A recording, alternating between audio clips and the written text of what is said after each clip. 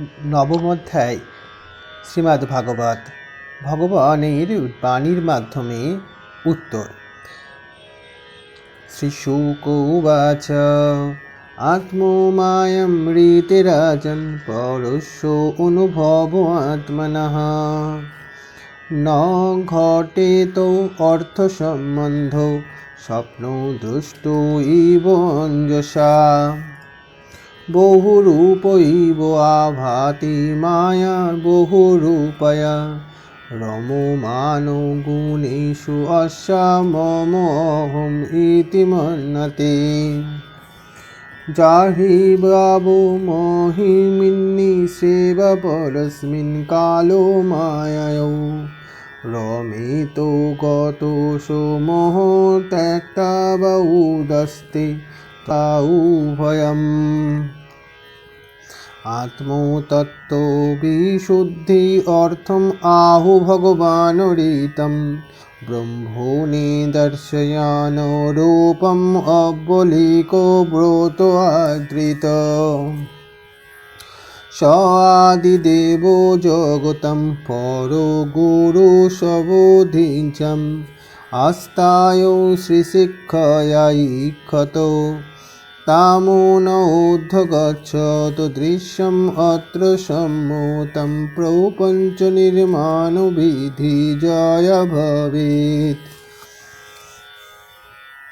সচিন্তয়ানো দিবি অক্ষরম একদা অম্ভোষি উপাশ্রীণত দিবি গোদিতম বচঃ বিভু পর্ষেষু যত ষোড়শম একবিংশম নিষ্কঞ্চনানম নিপযত ধনম বিদুঃ নিশম্য তত ব্রক্ত দিদিক্ষয়া দিশ বিলোক্য তত্র অন্যাত অপোষ্যমানঃ সবোধিঞ্চম আস্থায় বিমিষ্য তত হিতম তপসি উপাদৃষ্ট ইব আদধে মনঃ দিব্যম সহস্র অব্দম অমোঘ দর্শন জিত নীল আত্মা বিজিত উভয় ইন্দ্রিয় অতপাত স্ম অখিল লোক তাপনম ততপি আনুতপতম সমাহিতঃ তস্मै সবলোকম ভগবানো সভাজিতঃ সদর্শয়মাশু পরম ন যত পরম ব্যাপীতে সংক্লেশে বিমোহ সাধুষম সদৃষ্টবদ্ভি পুরুষৈ অভিতুষ্টম প্রবর্ততে যত্র রজো তমোতমো সত্যম চ মিশ্রম ন চ কালবিক্রম ন যত্র মায়া কিমূত অপরিহরে অনুব্রতা যত্র সুরোর্চিতঃ শ্যামোবদাতা শতপত্র লোচনাপি সঙ্গবস্ত্রা সুরুচ সুপেশস সর্বে চতুর্বাহুবো উন্মিষণমণি প্রবেকো নিষ্কো আভরণা সুবর্চসো প্রবালো বৈদুর্য মৃণাল বর্চস পরিস্ফুরত কুণ্ডল মৌলি মালিন ভ্রাজৃঞ্চুভিজ পরিত বিরাজতে লসত বিমানো অবলিভি মহাত্মানম বিদ্যতমানো প্রমোদ উত্তম অদ্যভি সবিদূত অভ্রাবলিভি যথা নভঃ শ্রীযত্র রূপিণী হুরুগায়ো পদयो করোতি মানম বহুধা বিভূতিভি পৃক্ষম শ্রীতাজা কুসুমকরো অনুজ্ঞৈ বিগীয়মানা প্রিয় কর্ম গায়তি ददर्श तत्र अखिलसत्त्वभूतं पूतिं श्रियपूतिं यज्ञपूतिमजगोत्पूतिं सुनन्दनन्दप्रभुलो अहर्नो आदिभिः सपार्षद अग्रै परिसेवितं विभुम् भृत्तो प्रसादोऽभिमुखं दृक्वाशवं प्रसन्नहासो अरुणलोचनो आननं किरीटिनं कुण्डलिनं चतुर्भुजं पीतोंशुकं वक्षोषि लक्षितं श्रियाम् अर्धोऽनीयवासनम् अस्थितं परमवृतं चतुर्भु षोडशपञ्चशक्तिभिः युक्तं भगवैषवैतरथो च अध्रुवै सेवेवो धामानो रम्यमाणम् ईश्वराम् ततो दर्शनपरिप्लुतो आह्लादन्तरो यस्याथतनुः प्रेमो भरोऽश्रुलोचन न नामो पादम्बुजम् असतो विश्वश्रीगजतो परमहंसेन पथाधिगम्यते तमो प्रीयमाणं समुपस्थितं कविं प्रजाविसर्गे निजो शासनोऽहूर्णम् बभाषेशतस्मितो शोचिषा गिरा प्रियप्रियं प्रीतो मनाः करेः पृच्छानो श्रीभगवानुवाच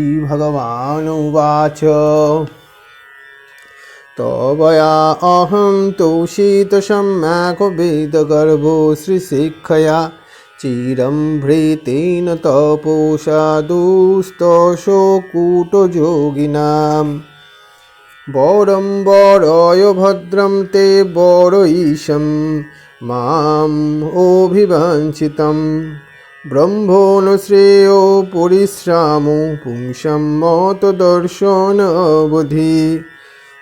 मुनिषितो अनुभावोऽयं मम लोको अवलोकनं जतोपश्रुतोरहोषि च कर्थपरमं तपः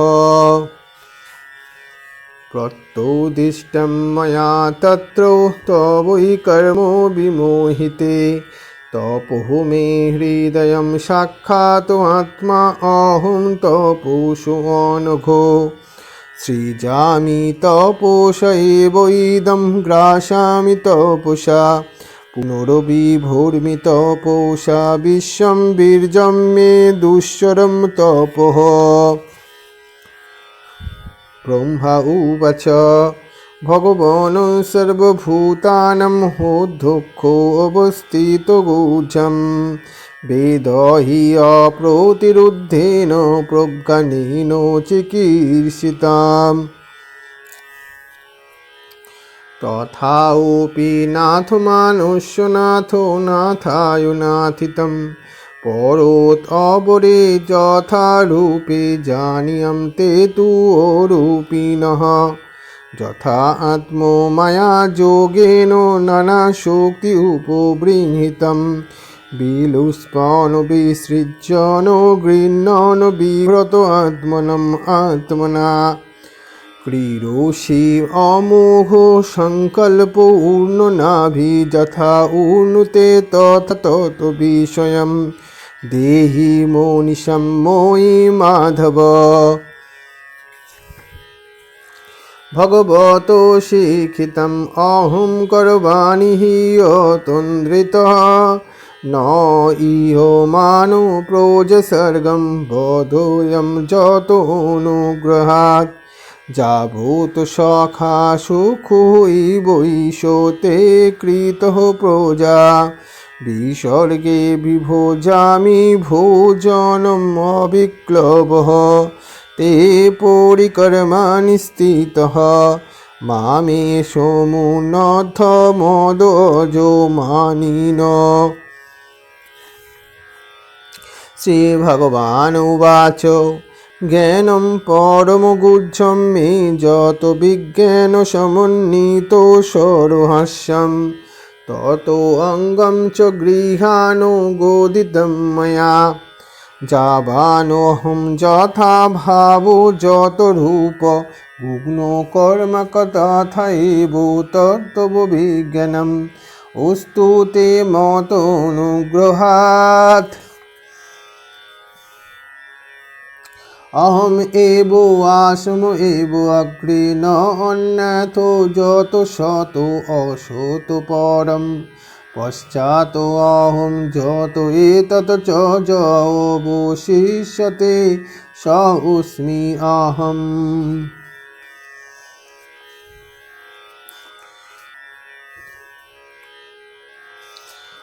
ঋতে অর্থম যত প্রতীয়েতো ন প্রীতি এতো চ আত্মনি তত বিদ্যাতো আত্মনুমায়ম যথা আভাস যথা তমোহ।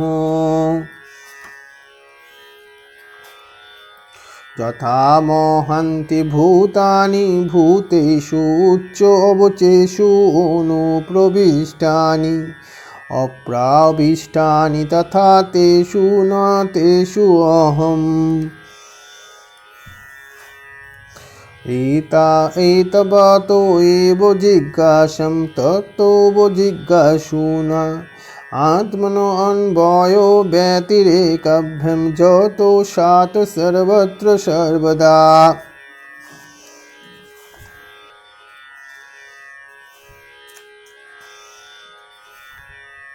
ইততো মতম সমাতিষ্ঠো পরমেণ সমাধিনা ভবান কল্পো বিকল্পেষু ন বিমুহতি কৈর্চিৎ।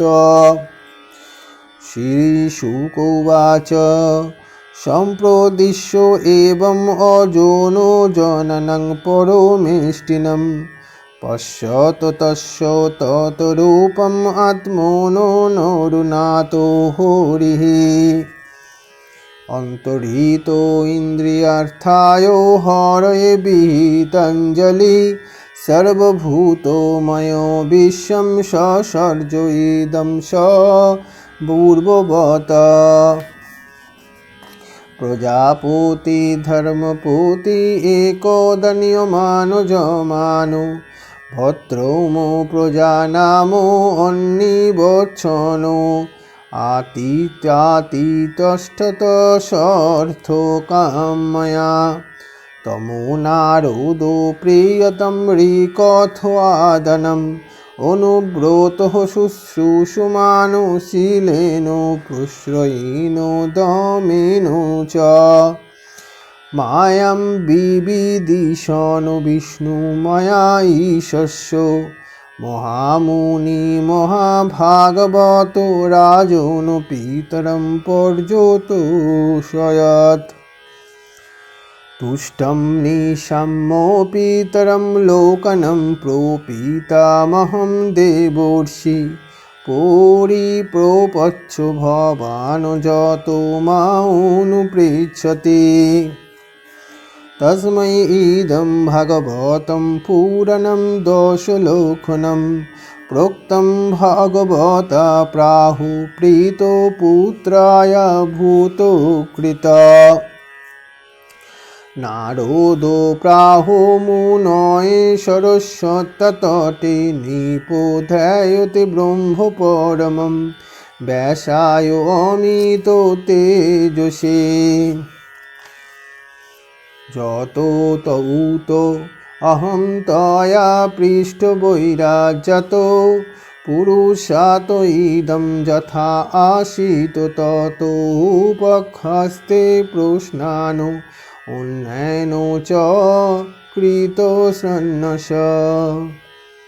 ইতি ভগবানুর বাণীর বর্ণনার মাধ্যমে উত্তর নামক শ্রীমদ্ভগবতের দ্বিতীয় স্কন্ধের নবম অধ্যায়। ওম হরি ওম তৎসৎ হরি ওম তৎসৎ হরি ওম তৎসৎ। এতৎ কর্মফলং শ্রীরামকৃষ্ণায় অর্পণমস্তু।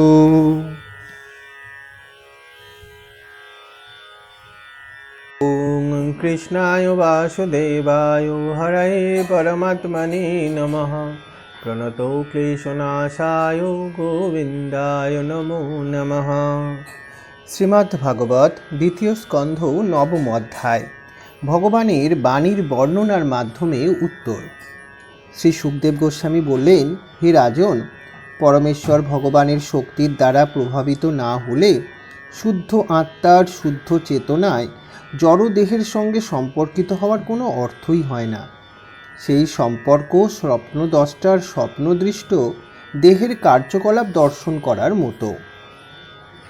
ভগবানের বহিরঙ্গা শক্তির প্রভাবে মোহচ্ছন্ন হয়ে জীব নানা রূপ বিশিষ্ট হয়ে প্রকাশ পায় এবং সেই মায়ারী গুণসমূহে অভিনিবিষ্ট হয়ে আমি ও আর এই প্রকার অভিমান করে। জীব যখন তার মহিমান্বিত স্বরূপে অবস্থিত হয়ে কাল এবং জরা প্রকৃতির অতীত অপ্রাকৃত আনন্দ উপভোগ করতে শুরু করে, তখনই জীবনের এই দুইটি ভ্রান্ত ধারণা আমি ও আমার মোহ থেকে মুক্ত হয়ে তার শুদ্ধ স্বরূপে পূর্ণরূপে অধিষ্ঠিত হয়। হে রাজন, ব্রহ্মার ভক্তিময় নিষ্কপট তপস্যায় অত্যন্ত প্রসন্ন হয়ে পরমেশ্বর ভগবান তার সম্মুখে নিজের শাশ্বত দিব্য রূপ প্রকাশ করলেন।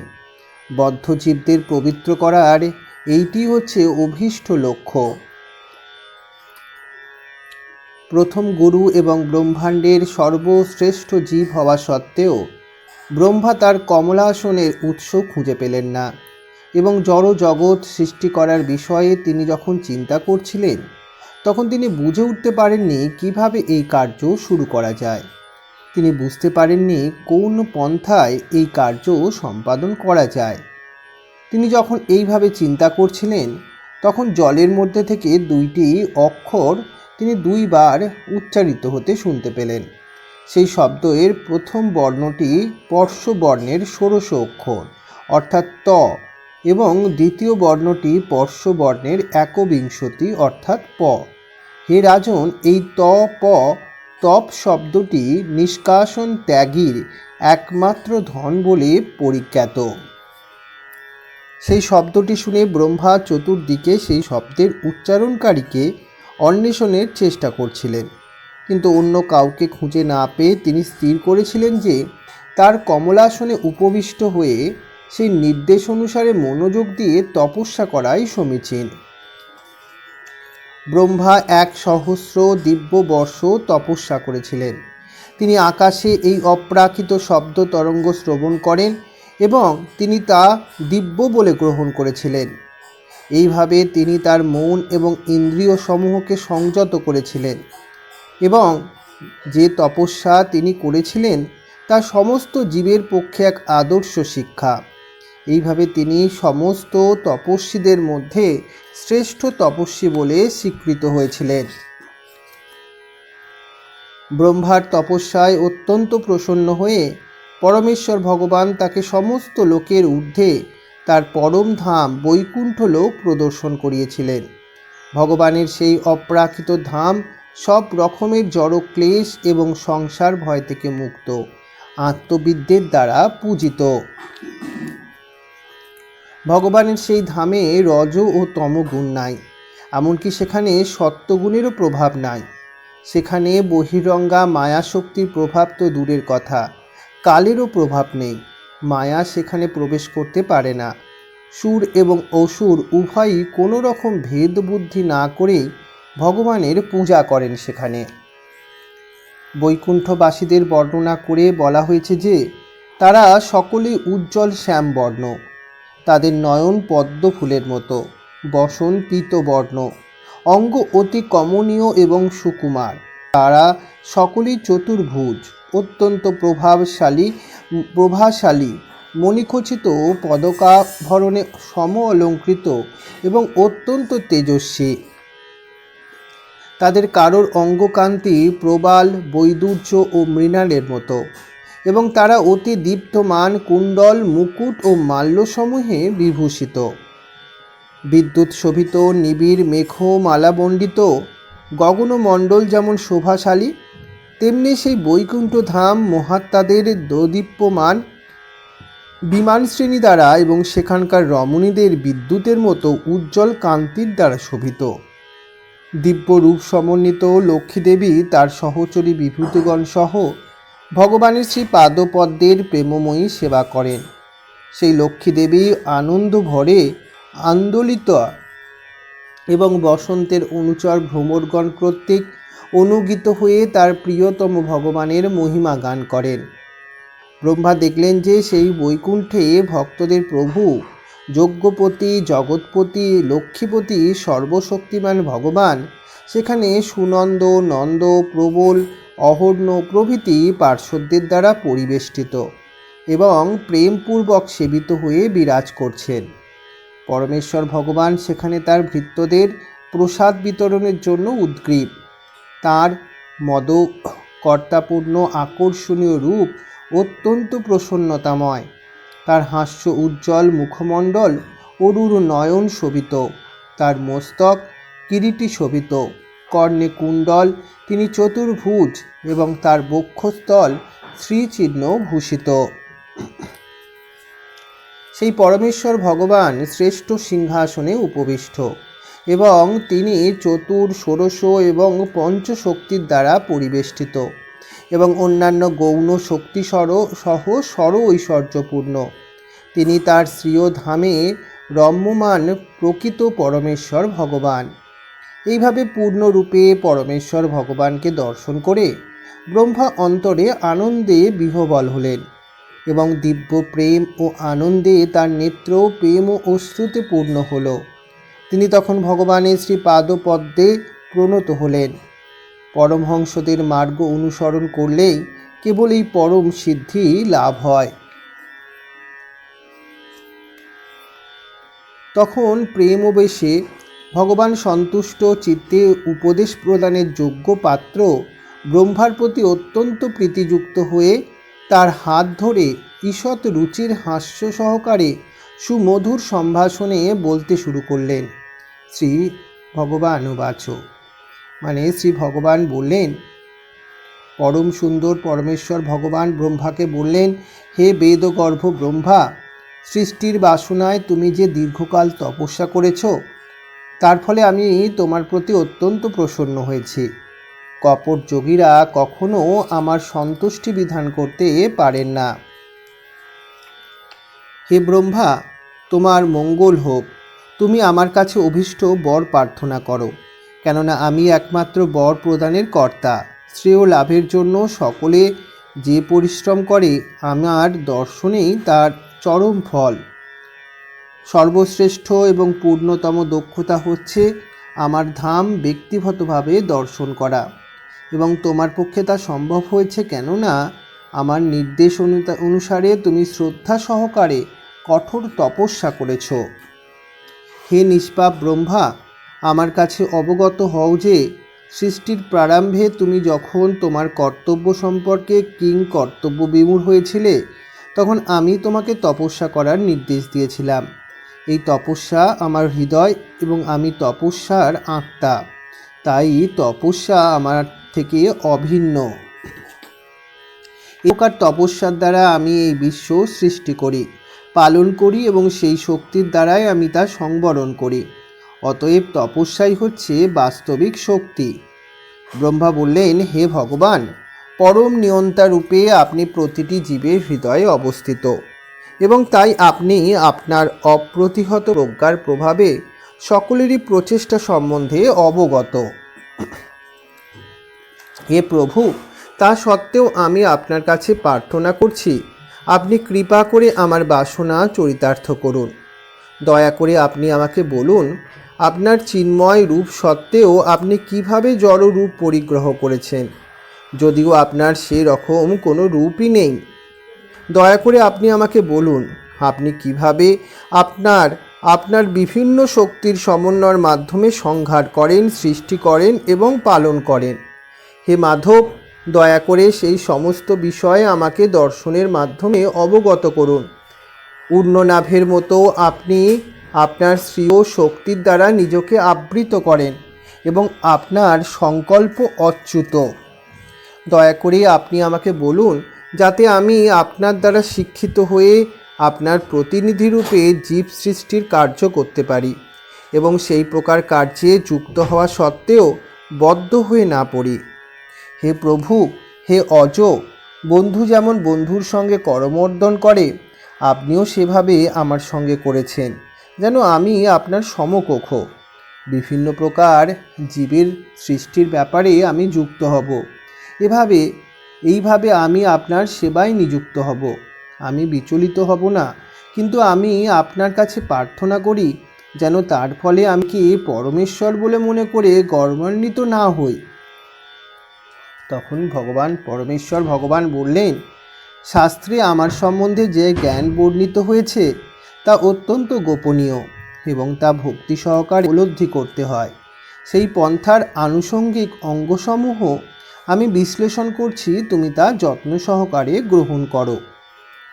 আমার সব কিছু, যথা আমার নিত রূপ এবং আমার চিন্ময় অস্তিত্ব, বর্ণ গুণাবলী এবং কার্যকলাপ আমার অহেতুকী কৃপার প্রভাবে বাস্তব উপলব্ধির মাধ্যমে তোমার অন্তরে প্রকাশিত হোক।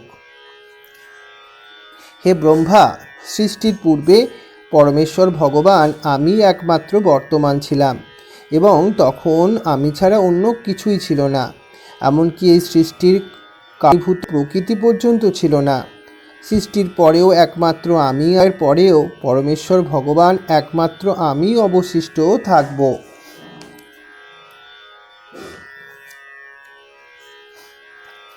হে ব্রহ্মা, আমার সঙ্গে সম্পর্করহিত যদি কোনো কিছু অর্থপূর্ণ বলে প্রতীয়মান হয়, তাহলে তার কোনো বাস্তবতা নেই।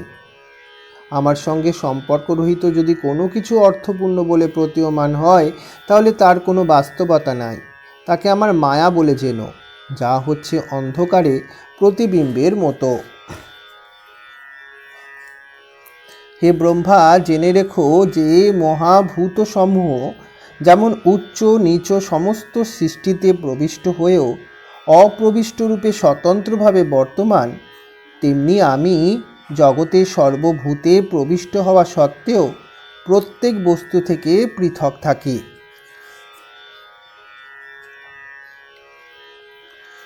যে ব্যক্তি পরম সত্যরূপ আমার অনুসন্ধান করে, তাকে অবশ্যই প্রত্যক্ষ এবং পরোক্ষভাবে সর্বস্থানে, সর্বকালে এবং সর্বাবস্থায় এ বিষয়ে পরিপ্রশ্ন করতে হবে।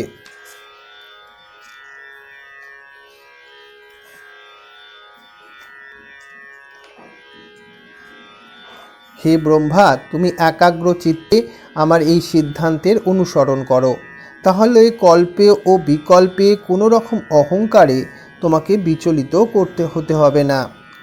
শ্রী শুক উবাচ। শ্রী শুকদেব গোস্বামী মহারাজ পরীক্ষিতকে বললেন, পরমেশ্বর ভগবান শ্রী হরি লোকসমূহের পরম অধিপত্য স্থিত ব্রহ্মাকে এইভাবে উপদেশ প্রদান করে তার সামনে থেকে তার সেই অপ্রাকৃত রূপ অন্তর্হিত করলেন। ভক্তদের দিব্য আনন্দ প্রদানকারী পরমেশ্বর ভগবান শ্রীহরি অন্তর্হিত হলে সর্বভূতময় সেই ব্রহ্মা তার উদ্দেশ্য বদ্ধাঞ্জলি হয়ে পূর্ব কল্পের মতো এই বিশ্ব সৃষ্টি করেছিলেন। একদা প্রজাপতি এবং ধর্মপ্রতি ব্রহ্মা সমস্ত জীবের মঙ্গল কামনা করে এবং নিজের প্রয়োজন সাধনার জন্য বিধিপূর্বক যম নিয়মসমূহ অনুষ্ঠান করেছিলেন। ব্রহ্মার উত্তরাধিকারী পুত্রদের মধ্যে সবচাইতে প্রিয়তম নারদ, যিনি সর্বদা তার সেবায় তৎপর এবং তার পিতার উপদেশসমূহ সুশীল আচরণ, বিনয় এবং ইন্দ্রিয় সংযমের দ্বারা পালন করতেন। হে রাজন, মহর্ষি এবং ভক্ত শ্রেষ্ঠ নারদ তার পিতাকে অত্যন্ত প্রসন্ন করেছিলেন এবং মায়াশ্বর বিষ্ণুর সমস্ত শক্তি সম্বন্ধে জানতে ইচ্ছা করেছিলেন। হে মহারাজ, আপনি এখন আমাকে যে সমস্ত প্রশ্ন জিজ্ঞাসা করেছেন, দেবর্ষি নারদ লোকসমূহের প্রপিতামহ শ্রী ও পিতা ব্রহ্মাকে প্রসন্ন দেখতে পেয়ে সেই সমস্ত প্রশ্নই করেছিলেন। এরপর পিতা ব্রহ্মা তার পুত্র নারদের প্রতি প্রসন্ন হয়ে 10টি লক্ষণ বিশিষ্ট ভাগবত পুরাণ উপদেশ দিয়েছিলেন। যা তিনি স্বয়ং ভগবানের কাছ থেকেই প্রাপ্ত হয়েছিলেন। হে রাজন, পরম্পরাক্রমে দেবর্ষি নারদ সরস্বতীর তীরে ভক্তিযোগে স্থিত হয়ে পরম সত্য পরমেশ্বর ভগবানের ধ্যানমগ্ন অনন্ত শক্তিসম্পন্ন ব্যাসদেবকে শ্রীমদ্ভাগবত উপদেশ দিয়েছিলেন।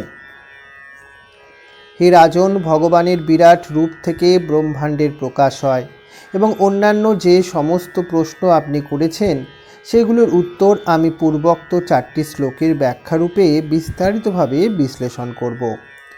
ইতি ভগবানের বাণীর বর্ণনার মাধ্যমে উত্তর নামক শ্রীমদ্ভাগবতের 2য় স্কন্ধের 9ম অধ্যায়।